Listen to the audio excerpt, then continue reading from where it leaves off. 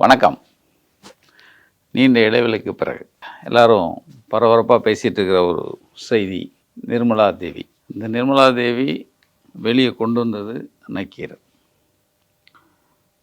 2018 March மாதம் 18ஆம் தேதி அந்த அம்மா அந்த பேராசிரியை 6 மாணவிகள்கிட்ட கான்காலில் பேசுகிற அந்த ஆடியோ, கொடூரமான ஆடியோ. கொடூரம்னா பிஞ்சு பிள்ளைகளை தன் வயப்படுத்தி எப்படி பணக்காரங்களுக்கும் உயர் பதவியில் இருக்கிறவனுக்கும், ரொம்ப உயர் பதவியில் இருக்கிறவனுக்கும் அவங்க மஞ்சத்துக்கு அனுப்புகிற ஆசை வார்த்தை நிறைந்த ஆடியோ. அது வந்த விதமே எங்களுக்கு குபீர்னு இருந்தது. ஏன்னா என்னுடைய ஊர் அருப்புக்கோட்டை தான். அந்த காலேஜில், அங்கே இருக்கிற காலேஜில் வேலை பார்க்குற பேராசிரியர் தான் நிர்மலா தேவி.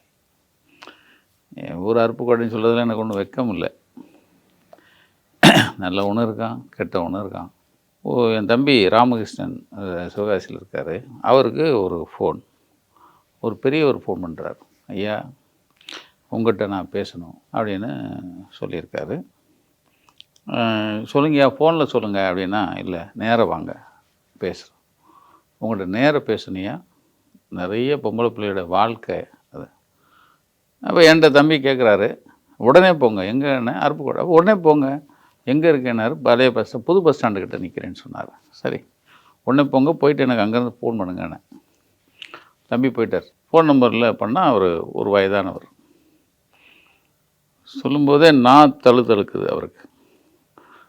ஒன்றும் இல்லை ஐயா, உங்கள்கிட்ட ஷேரிட் இருக்கான்னு கேட்குறாரு. ஷேர் பண்ணுறதுக்கு ஒரு ஆப் போல் அது இருக்கான்னு கேட்குறாரு. டெக்னிக்கலாக இவர் ஏற இறங்க பார்க்குறேன்னா அவருடைய வயதான தோற்றத்துக்கும் அதுக்கும் சம்மந்தம் இல்லை. ஆனால் விஷயத்தை வெளியே கொண்டு வரணுங்கிறக்கா அந்த பெரியவர் ஷேரிட் இருக்கான்னு கேட்குறாரு. ஷேரிட்டு இருக்குது. ஷேரிட்டு இல்லை, இவர் ட்ரான்ஸ்ஃபர் பண்ணுறாரு. ட்ரான்ஸ்ஃபர் பண்ணதை தம்பி கேட்டுட்டு அடுத்த ஃபோன் எனக்கு வராரு. ஆனால் ஒரு கல்லூரி பேராசிரியை மாணவிகள்கிட்ட கான்கால் போட்டுனேன்.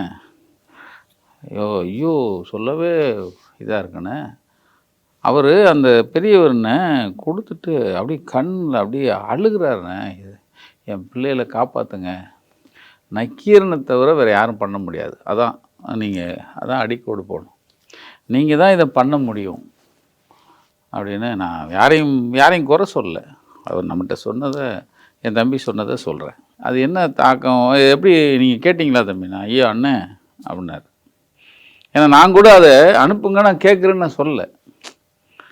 ஏன்னா அது எந்த அளவு பாதகமான விஷயங்கிறத அவர் சொல்லேருந்து கேட்டுக்கிட்டேன். சொல்லிவிட்டு ஐயா நீங்கள் இதை பண்ணுவீங்கன்னு நம்பிக்கை இருக்குன்னு அவர் கும்பிட போட்டு அந்த பெரியவர் போயிட்டாருங்க. அது உடனே அடுத்த நாள் அதை இங்கே அனுப்பி கேட்டால், சார் எப்படி பொள்ளாச்சியில் அந்த வீடியோ கேட்டு அந்த பெல்ட்டால் அடித்து அண்ணா அடிக்காதீங்க நான் கேட்டப்போ பதறிச்சோ.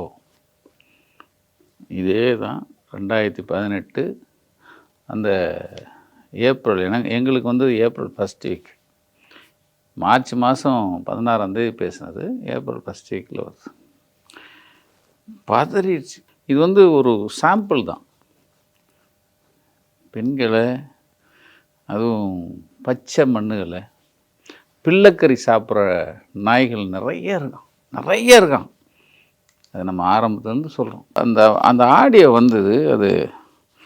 அதில் கொஞ்சம் தான். அது நம்ம ரொம்ப ஒன்றும் ஃபுல்லாக போடல. ஏன்னா அது கேட்கல. அந்த ஆடியோ நான் வீடியோவில் வரும் பாருங்கள். அதில் அந்த அம்மா என்ன சொல்லுது, கான்கால் போடுது. எம்கே யூனிவர்சிட்டியை பொறுத்த வரைக்கும், எம்கேனா மதுரை காமராஜ் யூனிவர்சிட்டி, இது ஹைலைட்ஸ் மாத்திரம் பொறுத்த வரைக்கும் அவங்க ஹையர் அஃபீஷியல்ஸ் காலேஜ் ஸ்டூடெண்ட்ஸை சில விஷயங்களுக்காக எதிர்பார்க்குறாங்க. இந்த அம்மா சொல்லுது. இது வரைக்கும் அந்த லெவலுக்கு நான் இறங்கினதில்லை. இந்த அளவு தான் என்னால் சொல்ல முடியுது. ரொம்ப நாளாக கேட்டுக்கிட்டு இருக்காங்க. யார்? பிள்ளைக்கறியை கேட்குறானுங்களா அந்த நாயகை. அது உயர்மட்டத்தில் இருக்கிற பொறுக்கி நாயகை. இதுக்கு முன்னால் ஒரு தடவை பேப்பர் வலியூஷனுக்காக வந்தேன்ல, 2 நாள் ஓடியில் நானும் நாகராஜன் சாரும் வந்திருந்தோம்ல, இது அந்த அம்மா சொல்கிற வார்த்தை. அந்த சந்தர்ப்பத்தில் என்கிட்ட ரிக்வஸ்ட் பண்ணி கேட்டுக்கிட்டாங்க. அவங்க என்கிட்ட பேசியதை வச்சு தான் சொல்கிறேன். உங்களை பெரிய லெவலுக்கு கொண்டு போயிடும். யார்? இந்த 6 மாணவிகள்கிட்ட நிர்மலாதேவி பேசும். எஸ்பெஷலி ஒரு பேரை நம்ம மாற்றிருக்கோம். ஒரு பொண்ணு பேரை சொல்லிவிட்டு, உன் பேரில் கொஞ்சம் இது இருக்குது. யார்? அந்த பிள்ளையில் 6 பிள்ளையில் ஒரு பிள்ளை பேரை சொல்லிட்டு, அதாவது நீ அந்த மாதிரி நடந்துக்கிட்டால் தான் மார்க் விஷயத்தில் மட்டும் இல்லை, ஃபினான்சியலாகவும் நல்ல சப்போர்ட் கிடைக்கும். இதை நீங்கள் வீட்டில் சொன்னீங்கன்னா அதுக்கேற்ற மாதிரி பிளான் பண்ணிடலாம். ஆனால் அமௌண்ட்டை பேங்க் அக்கௌண்ட்டில் ஓப்பன் பண்ணி அதில் போட்டு விட்றேன். நான் இப்போ நான் யூனிவர்சிட்டிக்கு வரேன் பண்ணிட்டு இருக்கேன்னு தெரியும்ல உங்களுக்கு. ஸோ இப்போ இங்க ஒரு பெரிய ஹையர் அபிஷியல், ஏன்னா எல்லாருடைய சீக்கிரட்டும் இதுல முக்கியம். என்னன்னா நான் சொல்ல வர விஷயங்கள் ரொம்ப ரொம்ப சீக்கிரட்டா இருக்கக்கூடியது. என்ன நம்ம இது வரைக்கும் நம்ம டீச்சர் அண்ட் ஸ்டூடெண்ட் ரிலேஷன்ஷிப்ல இருந்திருக்கோம். இப்ப அடுத்த லெவல் போறதுக்கு உண்டான ஒரு சந்தர்ப்பம் ஒண்ணு கிடைக்குது. அப்போ இது வரைக்கும், அதாவது அகாடமிக் சைடு இது வரைக்கும் உங்களுக்கு நான் எந்த அளவுக்கு சப்போர்ட்டிவா இருந்திருக்கேனோ, இப்போ அதே மாதிரி ஒரு ஆப்பர்ச்சுனிட்டி வருது. ஆப்பர்ச்சுனிட்டி வருதுன்னு சொல்றப்போ ஸ்பீக்கர்ல போட்டிருக்கியா? எப்படி ஸ்பீக்கர்ல கொடு. 4 பேர். இப்போ அந்த ஆப்பர்ச்சுனிட்டி சில விஷயங்கள் நம்ம சீக்கிரட்டா தான் பண்ண வேண்டி இருக்கு. சில விஷயம் அந்த சீக்கிரட்டா பண்றதுனால உங்களுடைய அகாடமிக் சைடும் என்னால உங்களை 4 பேரையும் பெரிய லெவலுக்கு கொண்டு போக முடியும் வித்தவுட் எனி டிஃபிகல்டி. அது என்னால அஷ்யூர் பண்ண முடியும். அந்த அளவுக்கு ஹையர் அபிஷியல் எம்ஜி யூனிவர்சிட்டியை பொறுத்த வரைக்கும். சரிங்களா? நீங்க என்ன பண்ணணும் அப்படின்னா, இப்போ அவங்க சில விஷயங்கள் சக்சஸ்ஃபுல்லா முடிக்கிறதுக்கு காலேஜ் ஸ்டூடெண்ட்ஸ் அவங்க சில விஷயங்களுக்காக எதிர்பார்க்கிறாங்க. ஏன்னா இது வரைக்கும் நான் அந்த லெவலுக்கு நான் இறங்குனது இல்ல. நான் இந்த அளவு தான் என்னால சொல்ல முடியுது சில விஷயங்கள் சொல்றத. ஏன்னா நீங்க ஈஸியா புரிஞ்சுட்டீங்க அப்படின்றதுல நான் நம்புறேன். சில விஷயங்கள்ல அங்க கொஞ்சம் எக்ஸ்பெக்ட் பண்றாங்க. இப்போ நான் இப்போ இது கிட்டத்தட்ட ரொம்ப நாளா கேட்டுட்டு இருக்காங்க. நான் இதுக்கு முன்னாடி ஒரு தரம் பேப்பர் வேல்யூஷனுக்கு வந்தேன் பத்தியா. திடீர்னு ஒரு 2 நாள் 3 நாள் நான் ஓடியில, நானும் நாகராஜன் சாரும் ஓடியில வந்திருந்தோம்ல, அந்த சந்தர்ப்பத்துல என்கிட்ட ரெக்கார்ட் பண்ணிட்டே இருக்காங்க. ஏன்னா நம்ம காலேஜுடைய சூழ்நிலை தெரியும் எனக்கு. என்ன இப்போ இந்த விஷயம் வெளியே தெரிஞ்சதுன்னா கண்டிப்பா உங்க யார் யார் இதுல இன்வால்வ் ஆயிருப்பாங்க அவங்களுக்கு நெகட்டிவ் வர்றதுக்கு சந்தர்ப்பம் இருக்கு. பட் இப்போ எனக்கு இங்க எனக்கு அவங்க சில அசூரன்ஸ் கொடுத்துருக்காங்க. அதை பேஸ் பண்ணி உங்களை பெரிய லெவலுக்கு சொல்றேன். இப்போ எட் டு பி பினிஷ் இப்ப இன்னைக்கு தேதி 17. இன்னும் ஒரு 1.5 மாசம் தான். அப்போ பிராக்டிகல்ஸ் உங்களுக்கு இப்போ முடிஞ்சிடும். என்ன சொல்லியிருக்காங்க பிராக்டிக்கல் உங்களுக்கு? ஆமா 19 தானே. இப்போ அதுக்குள்ள உங்களுக்கு எல்லாமே உங்களுக்கு கை வைக்கக்கூடிய மெயினான இது முடிஞ்சிடும். அதனாலதான் இப்ப இந்த சந்தர்ப்பத்தை என்னால ஷார்ப்பா பேச முடியுது. நல்ல அத நான் பண்றேன் அப்படின்னு சொல்லியிருந்தா கூட ஏப்ரல் வரைக்கும் இருக்கும். இப்போ முதலையே முடிஞ்சிருது. இன்னும் தியரி தான். அந்த தியரியில கூட உங்க மார்க்ல கை வைக்காத அளவுக்கு என்னால பண்ண முடியும். உங்க மார்க்ல கை வைக்காத அளவுக்கு பண்ண முடியுங்கிற கான்பிடன்ஸ் வந்ததுக்கு அப்புறமே தான் நான் இந்த ஸ்டெப் நான் எடுக்க ஆரம்பிக்கிறேன். ஏன்னா எப்படியும் அது எஸ்பெஷலி இது இருக்கு. ஏன்னா அதாவது நீ அந்த மாதிரி நடந்துக்காதான், அந்த மாதிரினா அந்த மார்க் சைட்ல சில விஷயங்கள்ல நடக்காத. என்ன மற்றபடி பினான்சியலும் நல்ல சப்போர்ட்டிவ் இருக்கும். நல்ல சப்போர்ட்டிவ் நீங்க எதிர்பார்க்காத அளவு இருக்கு. என்ன இன்னும் கொஞ்சம் பேசணும். ஏன்னா அதனாலதான் அந்த இது கூட என்னால சொல்ல முடியல. பினான்சியலும் நல்ல சப்போர்ட் இருக்கும், அகாடமிக்கலும் நல்ல சப்போர்ட் இருக்கும். பட் நீங்க இது வெளியே 4 பேருக்கு தெரியாத அளவுக்கு, அதாவது உங்க அப்பா அம்மா சொல்லி செய்வீங்களா சொல்லாம செய்வீங்களா அப்படின்றது எனக்கு கொஸ்டின் மார்க். ஏன்னா அது அப்டுயும் அதை நீங்க சொன்னீங்க அப்படின்னா அதுக்கேற்ற மாதிரி கூட பிளான் பண்ணி ஏன்னா அமௌண்ட் வர்றத அக்கௌண்ட் நம்பர் ஓபன் பண்ணி உங்களுக்கு அதுல போட்டு விட்டுறேன். எவ்வளோ அலையறானோ பாருங்க. இந்த அம்மா டூல் தான் இது. நிர்மலா தேவிங்கிறது அந்த மேலே மேலே மேலே இருக்கிறவனுக்கும் இந்த பிள்ளைகளுக்கும் நடுவில் இருக்கிற இந்த டூல். இந்த இடையில இந்த மாமா மாதிரி மாமி. யூனிவர்சிட்டியை எப்படியெல்லாம் நம்ம யூட்டிலைஸ் பண்ண முடியுமோ அந்த அளவுக்கு யூட்டிலைஸ் பண்ண முடியும். பிஜிக்கு ரெகுலர் கிளாஸ் தேவையில்லை. இப்படிலாம் பண்ணால் மந்த்லி சம்பளம் கொடுக்குற மாதிரி உங்கள் வீட்டில் அமௌண்ட் வந்துடும். நீங்கள் சின்ன குழந்தைங்களா கண்ணுங்களா, பொலிட்டிக்கல் இன்ஃப்ளூயன்ஸ் இல்லாமல் யாரும் விசி போஸ்ட்டுக்கு வர முடியாது. இன்னும் நிறைய விஷயங்களை என்னால் டீட்டெயிலாக பேச முடியாது. இப்போ இவ்வளவு தான் ஹிண்ட்டு கொடுக்க முடியும். நீங்கள் என் பேச்சை கேட்க மாட்டேன்னு சொல்கிறதுக்காக உங்கள் மார்க்கில் எல்லாம் கை வைக்க மாட்டேன். அதாவது நீ ஒத்துக்கலைன்னா நீ நான் ஒன்றும் உன்னை தண்டிச்சிட மாட்டேன். ஒரு ஆப்பர்ச்சுனிட்டி வருது, இதே நான் ரொம்ப நாளாக யோசித்து கேட்கவா வேணாமா அந்த எண்ணத்தில் ரொம்ப டயலமாவில் தான் கேட்டேன். நெக்ஸ்ட் வீக் அவங்களுக்கு ஒரு இம்பார்ட்டன்ட் அசைன்மெண்ட் இருக்கும் போல். யாருக்கு? அந்த மேலே இருக்கிற இந்த பிள்ளைக்கறி சாப்பிட்ற நாய்களுக்கு ஒரு இம்பார்ட்டன்ட் அசைன்மெண்ட் இருக்குது. அதனால தான் வேணும்னு அவங்க அவசரப்படுத்துகிறாங்க. யாருங்கிறத மட்டும் சொல்ல மாட்டேன். என்னையவே நிறைய செக் பண்ணிட்டாங்க. அப்புறம் தான் இந்த விஷயங்களை சொன்னாங்க. ரொம்ப ரொம்ப ஹையர் அஃபீஷியல்ஸ் இது வரைக்கும் சில விஷயங்களை என்னைய இண்டிவிஜுவல் பண்ணி ஸ்பெஷலைசேஷன் பண்ணியிருக்காங்க. யார்? இந்த அம்மாவை. உங்களுக்கு கவர்னர் வர வீடியோலாம் அனுப்பியிருந்தேன்ல. இன்னும் சில விஷயங்கள் நடந்துச்சு. கவர்னர் லெவலில் கவர்னர் தாத்தா இல்லை. அந்த கவர்னர் மீட்டிங் வீடியோவில் நான் எந்த அளவு பக்கத்தில் இருந்து எடுத்துக்கிட்டேன் உங்களுக்கு தெரியும். ஸோ அந்த அளவுக்கு என்னால் மூவ் பண்ண முடியும். நான் இந்த அளவு தான் என்னால சொல்ல முடியுது சில விஷயங்கள் சொல்றத. ஏன்னா நீங்க ஈஸியா புரிஞ்சுட்டீங்க அப்படின்றதுல நான் நம்புறேன். பினான்சியலும் நல்ல சப்போர்ட் இருக்கும், அகாடமிக்கலும் நல்ல சப்போர்ட் இருக்கும். மந்த்லி நான் சேலரி கொடுக்கற மாதிரி உங்க வீட்டுக்கு அமௌண்ட் வரும்.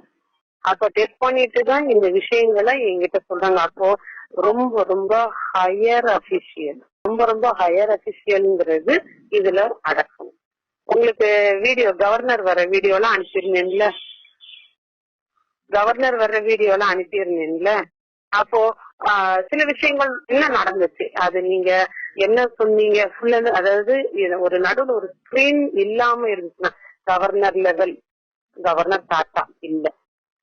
நான் சொல்ல வர்ற ரீசன் அந்த கவர்னர் மீட்டிங் நான் வீடியோ எடுக்கிறது எந்த அளவு பக்கத்துல இருந்து எடுத்திருக்கேன்னு உங்களுக்கு தெரியும். பட் அந்த அளவு அலோவ் பண்ணல. பட் பாத்துட்டேன், அந்த அளவுக்கு என்னால கொஞ்சம் மூவ் பண்ண முடியற அளவுக்கு இங்க எனக்கு இப்போ அலவன்ஸ் இருக்கு. ஆனால் என்ன நக்கீரனுக்கு ஒரு பெரிய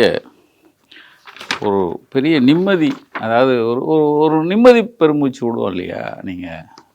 அது சாத்தாங்குளமாக இருக்கட்டும். இப்படி சாத்தாங்குளத்தில் அப்பா மகனையும் கொள்றாங்க, கொண்டு போட்ட உடனே அப்போ இருந்த முதலமைச்சர் எடப்பாடி நெஞ்சு வலியில் சேர்த்துட்டாங்கன்னு சொன்னார்.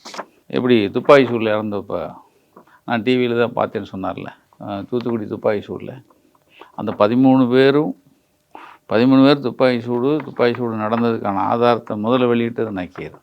அதுக்குள்ளே போல் அது நீட்டுக்கிட்டே போகும்.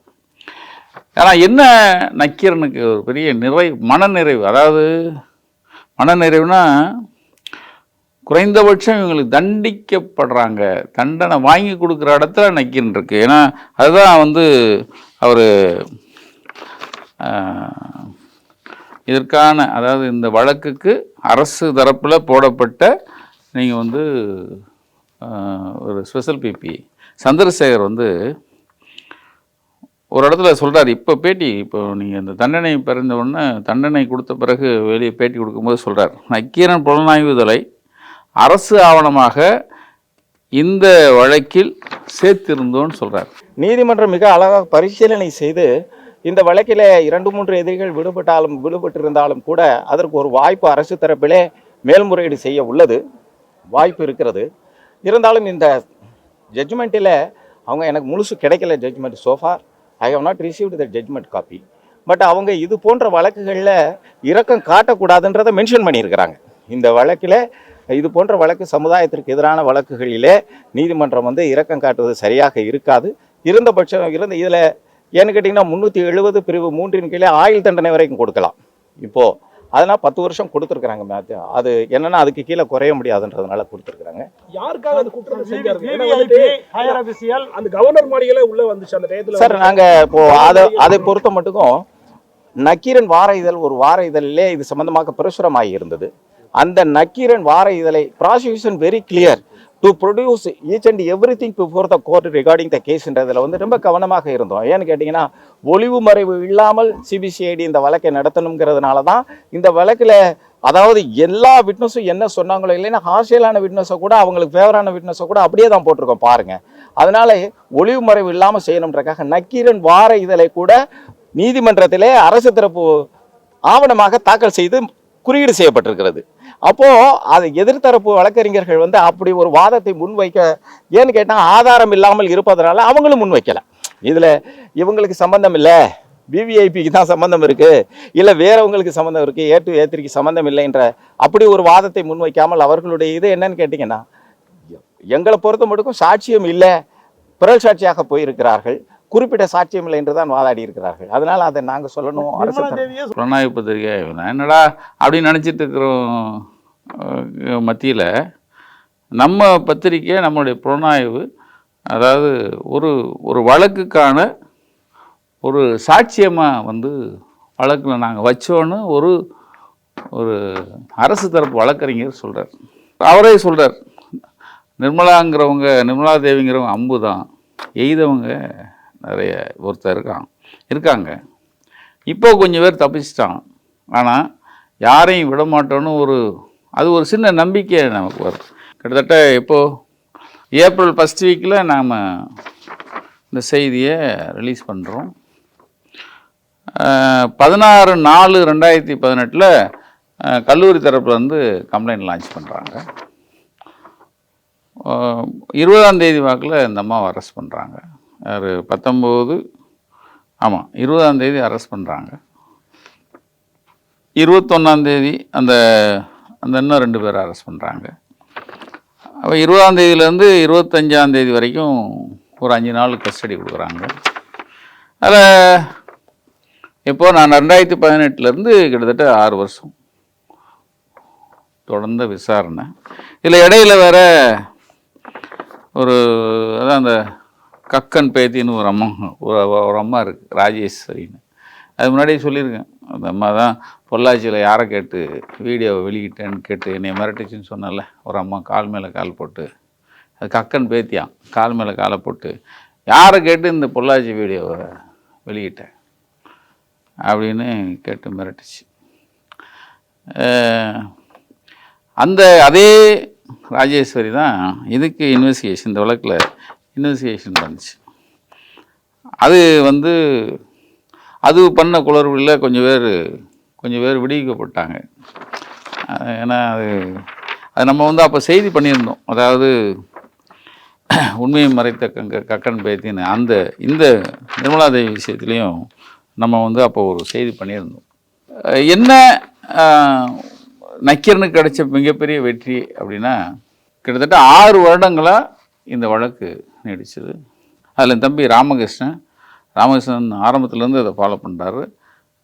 தலைமை இங்கேருந்து தம்பி பிரகாஷ், அவரும் இதுக்குள்ளே இந்த புலனாய்வுக்குள்ளே அவரும் நிறைய விஷயங்கள் வெளியே கொண்டு வந்தார். தொடர்ந்து இதை நாங்கள் எப்பயுமே ஒரு விஷயத்தை எடுத்தோம் நுனிப்புல் மேய்ஞ்ச மாதிரி மேய்ஞ்சிட்டுலாம் போகிறதில்ல. அது வீரப்பனாக இருக்கட்டும், ஆட்டோ சங்கராக இருக்கட்டும், சங்கராச்சாரியாராக இருக்கட்டும், இவர் இப்போ ஓடி போய் ஒளிஞ்சிருக்கானே ஒரு பரதேசி சாமியார் நித்யானந்தா இருக்கட்டும், நிறைய 1-2 பண்ணால் ஞாபகம் இருக்கும், நிறைய பண்ணோம்னா ஞாபகம் இல்லை. அது அந்த வரிசையில் நிறைய இருக்குது. பொள்ளாச்சியும் இன்றைக்கும் பார்த்தீங்கன்னா 7 பேர் இன்றைக்கி ஜெயிலில் இருக்கிறதுக்கு நக்கீரன் ஒரு காரணம். காசி இன்றைக்கி 2 ஆயில் அவன் உள்ளே இருக்கிறதுக்கு நம்ம நக்கீரன் காரணம். இந்த சாத்தான்குளம் ஒரு 4 பேர் இன்னமும் ஜெயிலில் இருக்காங்க. ஒரு ஆள் இறந்துட்டான்னா 4 பேர் ஜெயிலில் இருக்கான். அதுவும் நக்கீரன். அது ஒரு நக்கீரன் தான் முக்கிய காரணம். இப்படி நிறைய விஷயங்கள். பிரேமானந்தா 2 ஆயில் நம்ம தான் காரணம். அங்கங்கேன்னு எதையுமே நம்ம வந்து விட்டு வைக்கல. எதுக்காக சொல்ல வரேன்னா, இந்த தொடர்ச்சியான எங்களுடைய புலனாய்வு, அந்த புலனாய்வு கிடைச்ச மிகப்பெரிய வெற்றி தான். நக்கீரனை பொறுத்தவரை ஒரு மாணவிகள் சைட்லேருந்து அவங்களுடைய குரலாக தான் தொடர்ந்து 6 ஆண்டுகளாக இந்த வழக்கில் தொடர்ந்து நாங்கள் வந்து மக்கள்கிட்ட கொண்டு போனோம். அதுக்காக வந்து தொடர்ச்சியாக ஒரு பக்கம், துணிச்சலாக ஒரு பக்கம். ஏன்னா இந்த இந்த இந்த இந்த பாலாப்போன இந்த கேஸுக்காக தான், இந்த வழக்குக்காக தான் ஒரே நாள் என்னை அரெஸ்ட் பண்ணது. நிர்மலாதேவி கவர்னர் அந்த வழக்குக்காக தான் என்னை அரெஸ்ட் பண்ணாங்க. காலைல ஏர்போர்ட்டில் ஏதோ கஞ்சா வியாபாரி மாதிரி, இல்லைன்னா இந்த அபிநுத்தவ மாதிரி நம்மளை ஒரு 20 பேர் சுற்றி வந்து, அது நல்ல வேளை இந்த வாட்ஸ்அப் வந்ததுனால பொழைச்சேன். அன்னையிலேருந்து தான் வாட்ஸ்அப் வைக்க ஆரம்பித்தேன். அது இந்த செய்தி வந்த உடனே அண்ணன் வைகோ செய்தி வந்த அடுத்த நிமிஷமே மாநிலத்தில் வந்து என்னை எங்கே வச்சுருக்காங்கன்னு தேடி கண்டுபிடிச்சி சிந்தாதிப்பட்ட ஸ்டேஷன் முன்னாடி வாசலில் ரோட்டில் உட்காந்து தர்ணா பண்ணார். இதுக்கு பயந்து என்னை தூக்கிட்டு போகிறாங்க ஒரு ஹாஸ்பிட்டலுக்கு, ஏதோ கோசா ஆஸ்பத்திரி. நான் கொண்டு உள்ளே வச்சுருந்தாங்க. வெளியே சவுண்டு கேட்குது. யாருன்னா நம்ம தளபதி. அவர் சவுண்டு பயங்கரமாக கேட்குது. அவர் உள்ளே விடலை. அப்போ எதிர்கட்சி தலைவர் அவர் சவுண்டு விட்டு, அப்புறம் அவரை வேறு வழி இல்லாமல் என்னை பார்க்க விட்டாங்க. அப்புறம் என்னை பார்த்தோன்னே மறுபடியும் திருமாவளவன்லேருந்து மற்றவங்கெல்லாம் வந்துடக்கூடாதுன்னு என்னையை தூக்கிட்டு போய் அள்ளிக்குளம் கோர்ட்டில் கொண்டு வச்சாங்க. அங்கே என்ராம் சார் வந்தார், திருமாவளவன் வந்தாங்க, நம்ம தோழர் முத்தரசு வந்தாங்க, எங்கள் வழக்கறிஞர்கள் டீம் எல்லாமே வந்துச்சு. பெருமாள் சார்லேருந்து பாப்பாமூர்லேருந்து கிட்டத்தட்ட பெரிய டீம், மிகப்பெரிய அது ஒரு பத்திரிகைக்கான ஒரு எழுச்சி. நக்கீரன் பத்திரிகைக்கு கிடைச்ச மிகப்பெரிய வெற்றி அது. தொடர்ந்த போராட்டம். ஒரே நாள் நீதிமன்ற காவலுக்கு அனுப்ப முடியாதுன்னு நீதியரசர் அப்போ கோபிநாதன் இருந்தார். அதோட அன்றைக்கி வெளியே வந்துட்டோம். அது ஒரு நாள் கூத்து. ஆனால் இந்த கூத்து நடந்தது இந்த நிர்மலாதேவி இந்த வழக்கு, இந்த விஷயத்தை நம்ம வெளியே கொண்டு வந்திருக்காங்க தான். ஆக இந்த பெரிய தலைகள் வந்து தன்னை பற்றி விஷயங்கள் வெளியே வந்துடக்கூடாதுங்கிறதுக்காக மிரட்டுற அந்த துணி இருக்குது பாருங்கள், பல வகையான துணி. அதுதான் துணிச்சலாக இதை நாங்கள் வெளியே கொண்டு வந்தோம். இன்றைக்கு வரைக்கும் இதை துணிச்சலாக நாங்கள் வெளியே கொண்டு வர்றதுக்கு காரணம் இந்த மாணவிகளுடைய எதிர்காலம். மாணவிகளுக்காக நக்கீரன் இன்னைக்கும் இல்லை, அன்றையிலேருந்து இன்னைக்கு வரைக்கும் இல்லை, எதிர்காலத்திலையும் நக்கீரன் அவங்க பக்கம் நின்று நியாயத்துக்காக போராடுங்கிறது மிகப்பெரிய ஒரு நல்ல ஒரு தீர்ப்பு. பாவப்பட்ட பிள்ளைகளை, பிஞ்சு பிள்ளைகளை காவு வாங்க துடிக்கும் பிள்ளைக்கறி சாப்பிட்டு கொழுப்பேறி திரியும் மனித மிருகங்களுக்கு நிர்மலாதேவிக்கு கிடைத்த இந்த தண்டனை தான் சாவுமணி. நன்றி. தமிழகத்தின் அரசியல் புலனாய்வு வரலாறு நக்கீரன் பப்ளிகேஷன்ஸ். இந்த கோடை விடுமுறையை புத்தகங்களுடன் கொண்டாடுங்கள். உலக புத்தக தினம் மற்றும் கோடை காலத்தை முன்னிட்டு ஏப்ரல் 23 முதல் மே 30 வரை நக்கீரன் வெளியீடுகளான அனைத்து நூல்களுக்கும் 25% சிறப்பு தள்ளுபடி. புத்தகங்களால் கோடையை கொண்டாடுவோம். நக்கீரன் டிவிக்கு சப்ஸ்கிரைப் செய்யுங்கள். உங்கள் ஆதரவே எங்கள் பலம். ஆசிரியர்களுக்கு நண்பனாகவும் மாணவர்களுக்கு ஆசானாகவும் திகழும் தேர்வு வழிகாட்டி. ஒவ்வொரு பாடத்திற்கும் அனுபவமிக்க ஆசிரியர்களின் துல்லியமான தெளிவான விடைகள். CNC இருக்கு, தேர்வு பயம் எதற்கு? இது தீரன் பப்ளிஷிங் ஹவுஸ் விற்பனை வெளியீடு.